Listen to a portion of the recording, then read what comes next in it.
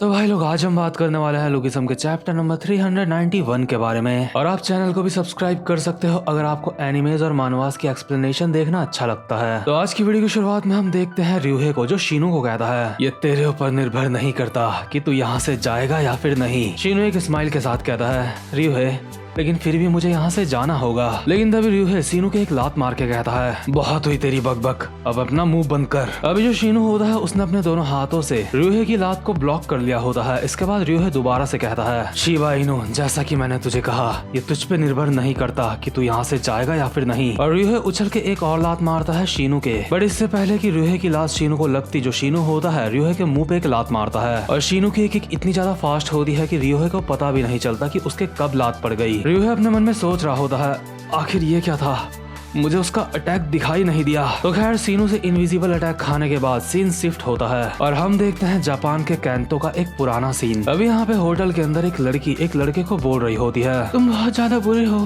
क्या मैं तुम्हें आकर्षित नहीं लगती मिस्टर कुरोदा। और ये लड़की ये बात अभी रियोहे को ही बोल रही होती है, जो आराम से चाय पी रहा होता है। ये लड़की बोल रही होती है आखिर तुमने मेरे साथ कुछ क्यों नहीं करा, मैं इस दिन का काफी समय से इंतजार कर रही थी। लेकिन तभी जो रियोहे होता है गुस्से में कहता है बहुत हुआ तेरा रोना धोना, अब यहाँ से निकल ले। और यहाँ से तुम्हें ऐसा लग रहा होगा कि रियोहे कितना अच्छा लड़का है, उसने उस लड़की के साथ कुछ भी नहीं किया। लेकिन यहाँ पे मामला थोड़ा सा अलग है। इसके बाद हम देखते हैं इसी दिन के शाम का सीन। कुरोदा ने अभी बहुत सारे बंदों को मार के जमीन में लेटा रखा होता है और कहता है तो फाइनली आज से पूरी की पूरी कैंटो एकजुट हो चुकी है। लेकिन तभी कुरोदा के पीछे से एक बंदा आता है और कहता है तो प्रेसिडेंट आप यहाँ पे हो, मैंने सुना आपने फिर से एक और लड़की को रुला दिया। रियोहे कहता है हाँ वाइस प्रेसिडेंट, मुझे रोने धोने वाली लड़कियां बिल्कुल भी पसंद नहीं है। वाइस प्रेसिडेंट कहता है वो सच में आप काफी ज्यादा कमाल के हो, आपने उस लड़की को दफा कर दिया क्योंकि आपको रोने धोने वाली लड़कियां पसंद नहीं है और आपने उसके साथ कुछ किया भी नहीं। सच में सर आप कमाल के हो, लेकिन मैं भी हार नहीं मानने वाला,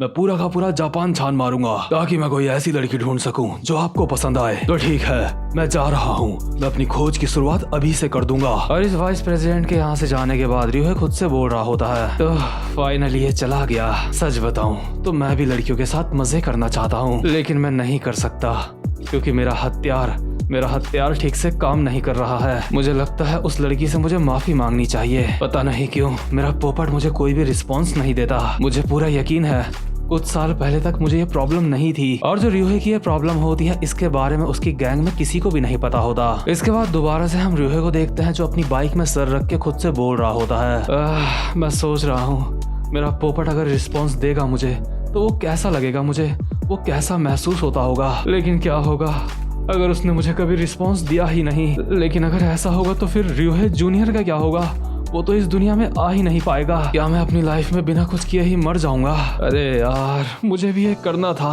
मैं भी ये करना चाहता था। लेकिन तभी यहाँ पे एक बंदा आता है और रियोहे को कहता है प्रेसिडेंट आपसे यहाँ पे कोई मिलने आया है। रियोहे अपनी मुंडी उठा के कहता है कौन है वो। दूसरा बंदा कहता है वो बोल रही है कि उसका नाम सोमा मित्सुकी है। और अभी हम देखते हैं यहाँ पे मित्सुकी आती है जो कि रियोहे से पहली बार मिल रही होती है अपनी लाइफ में। मित्सुकी रियोहे को कहती है तुमसे मिलके अच्छा लगा कागिरोही, मैं हूँ सोमा मित्सुकी, मैं यहाँ पे तुमसे कुछ बिजनेस की बात करने आई हूँ। लेकिन मुझे लगता है तुम्हारे लोग मुझे यहाँ पे देख के बिल्कुल भी खुश नहीं हैं। अभी जो यहाँ पे दो बंदे होते हैं मित्सुकी को गुस्से में बोल रहे होते हैं आखिर तुम हो कौन, छोटी बच्ची, क्या तुम्हें अंदाजा भी है इस वक्त तुम कहाँ पे हो। मुझे लगता है इसका हमें अच्छे से स्वागत करना चाहिए, चलो इसे सबक सिखाते हैं। लेकिन तभी पीछे से रियोहे कहता है बस बहुत हुआ, उसे आने दो। दूसरा बंदा कहता है लेकिन प्रेसिडेंट। रियोहे कहता है मैंने कहा उसे आने दो। और ये दोनों के दोनों बंदे अभी रियोहे को देख के काफी ज्यादा हैरान हो जाते हैं क्योंकि रियोहे का पोपट मित्सुकी को देख के रिस्पॉन्स कर रहा होता है। और रियोहे के लिए काफी ज्यादा हैरानी वाली बात होती है। अभी जो रियोहे होता है वो कहता है मेरी होने वाली वाइफ से इस तरह से बात मत करो। रियोहे की गैंग के बंदे कहते हैं लेकिन प्रेसिडेंट आपकी पैंट में वो क्या है, क्या वो ड्रैगन है, लगता है माइटी ड्रैगन फाइनली यहाँ पे आ चुका है। जो रियोहे होता है फाइनली काफी समय बाद ऐसी एक्साइटमेंट को फील कर रहा होता है किसी लड़की को देख के। इसके बाद रियोहे डायरेक्ट मित्सुकी को कहता है सोमा मित्सुकी मैं सीधा मुद्दे की बात करूंगा, क्या मेरे साथ घूमने चलोगी। मेरे पास बर्बाद करने के लिए समय नहीं है, मुझे नहीं पता कि मेरा पोपट कब मुझे रिस्पॉन्स देना बंद कर दे। मित्सुकी कहती है क्या घूमने और तुम्हारे साथ, मुझे तुमसे घिन आ रही है और जो मैंने तुमसे पहले कहा था कि मुझे तुम्हारे साथ बिजनेस करना है उस बात को भूल जाओ। रियोहे अपने मन में सोच रहा होता है क्या ये मुझे रिजेक्ट कर रही है। अभी र्यूहे के साथ के बंदे बोल रहे होते हैं, आखिर तुम्हारी हिम्मत कैसे हुई हमारे प्रेसिडेंट को रिजेक्ट करने की? आज तक उनको किसी भी लड़की ने रिजेक्ट नहीं किया है। तभी र्यूहे अपने साथ वाले बंदों को कहता है, बस बहुत हुआ, रुक जाओ। मुझे लगता है मैंने ही काफी ज्यादा बदतमीजी से इससे पूछा है। और र्यूहे अपने मन में सोच रहा होता है, आज पहली बार मुझे किसी लड़की ने रिजेक्ट किया है। आज मेरा लिटिल बडी दोबारा से फिर से एक्साइटेड हो गया है। अभी र्यूहे अपनी पैंट का पिरामिड लेके मित्सुकी के सामने आता है और कहता है, तो ठीक है सोमा मित्सुकी, मैंने फैसला कर लिया है, मैं तुम्हें अपनी तरफ आकर्षित करूंगा। मित्सुकी बोल रही होती है, ये कैसा गंवार किस्म का इंसान है। अब मुझे समझ आया लोग इसे रैबिट डॉग क्यों बोलते हैं। र्यूहे कहता है, हाँ ये बिल्कुल सही बात है, मैं हूँ रैबिट अटैक डॉग ऑफ कागिरोई। और एक बार अगर मैं किसी के अंदर अपने दांत गाड़ देता हूँ तो मैं उसको जाने नहीं देता। अब से तुम जहाँ भी जाओगी मैं वहाँ तुम्हारा पीछा करूंगा। इसके बाद सीन शिफ्ट होता है और हम आते हैं प्रेजेंट मोमेंट में, जहाँ पे सीनू और र्यूहे की फाइट चल रही होती है। अभी सीनू र्यूहे को मार रहा होता है और र्यूहे पिटते पिटते अपने मन में सोच रहा होता है, मैं अब तक उसको अपनी तरफ आकर्षित नहीं कर पाया, आज पहली बार उसने मुझसे कुछ मांगा है,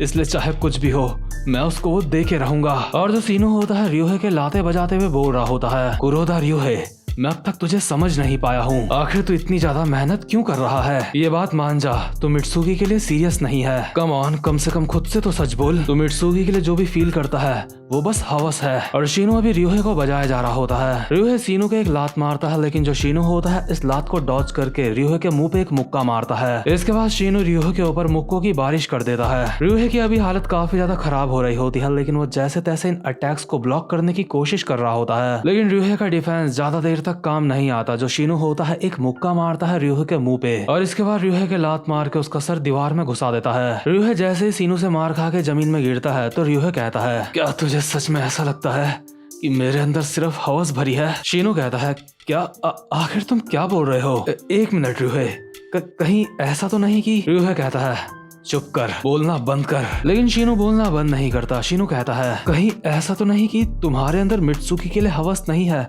तुम्हारे अंदर उसके लिए फीलिंग्स डेवलप हो चुकी हैं? और तभी जो र्यूहे होता है शीनू के मुंह पे एक मुक्का मारता है और कहता है, मैंने कहा ये बोलना बंद कर, मुझे काफी अजीब लग रहा है। और शीनू अपने मन में सोच रहा होता है, इस बंदे की वाइब्स अचानक से पूरी तरह से चेंज हो गई है। इसके बाद सीन शिफ्ट होता है और हम देखते हैं गन को। गन कहता है, कागिरोई मतलब आग, ये शब्द सही रहेगा उस बंदे को डिस्क्राइब करने के लिए। तुम उसे कुचल सकते हो, तुम उसे डुबा सकते हो, लेकिन चाहे कुछ भी हो जाए तुम उसको बुझा नहीं सकते। भले ही उसके पास कोई फैंसी टेक्निक्स नहीं है या फिर उसके पास कोई खतरनाक मार्शल आर्ट नहीं है, लेकिन उसने अपनी हिम्मत और ताकत के दम में पूरे कांतों को एकजुट किया है। तुम उस आग को जितना ज्यादा तबाह करने की कोशिश करोगे वो उतना ही ज्यादा तेज जलेगी। वो बंदा कभी भी टूट नहीं सकता, वो एक ऐसी आग है जो कभी बुझती नहीं है। और वही प्रेजेंट मोमेंट में जो र्यूहे होता है शीनू के एक मुक्का मारता है और शीनू दूर जाके गिरता है। इसके बाद र्यूहे कहता है, तू मित्सुकी की थोड़ी चिंता क्यों नहीं करता है बे? उसकी निगाहें हर वक्त बस तुझे ही ढूंढती रहती हैं। वो एक कमाल की लड़की है, उसके साथ थोड़ा अच्छे से रहा कर। और र्यूहे भाग के आता है शीनू के ऊपर एक अटैक करने के लिए और शीनू अपने मन में सोच रहा होता है, आखिर ये कैसे मुमकिन है?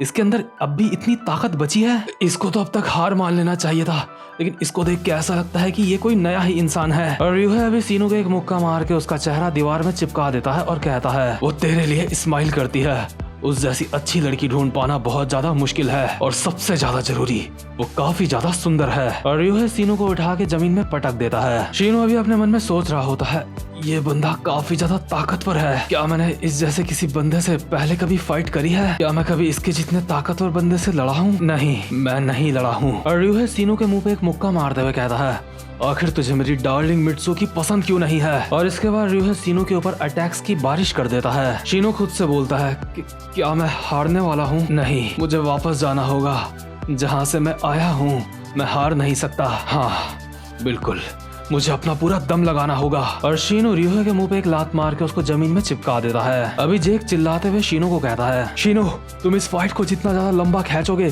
तुम्हें उतना नुकसान होगा। इसके बाद हम र्यूहे की एक पुरानी मेमोरी देखते हैं जहाँ पे र्यूहे की हमें वॉइस ओवर आती है। र्यूहे कहता है, शिबा इनू, तू जानता है मैं सोचता था तू एक काफी ज्यादा अच्छा इंसान है, ये पता होने के बावजूद भी कि मित्सुकी तुझे कितना पसंद करती है, तूने उसका कभी भी फायदा नहीं उठाया। इसलिए मैं ये सोच के चल रहा था कि मुझे तुझे हराना है और मित्सुकी के दिल में अपने लिए जगह बनानी है। अगर सच कहूँ तो वो सिर्फ मैं ही था जो अपने मन में ये सारी बातें सोच रहा था। और अभी जो शीनू होता है उसने रियोहे के लाते ही लाते बजा दी होती है, जिससे रियोहे की हालत खराब हो चुकी होती है। रियोहे के चेहरे से अभी खून टपक रहा होता है, लेकिन उसके बावजूद भी वो शीनू की तरफ बढ़ रहा होता है और अपने मन में कह रहा होता है, मैं ये जानना चाहता हूँ, सच में ये जानने के लिए मैं मरा जा रहा हूँ। और रियोहे गिरता है सीधा शीनू की छाती के ऊपर और उसका कॉलर पकड़ के कहता है, ओए मुझे तुझसे कुछ पूछना है, मुझे तुझसे एक बात पूछनी है। आखिर तेरा सीक्रेट क्या है? तू मुझे नहीं बताएगा है ना? साले घमंडी हरामजादे, तू मुझे ये नहीं बताएगा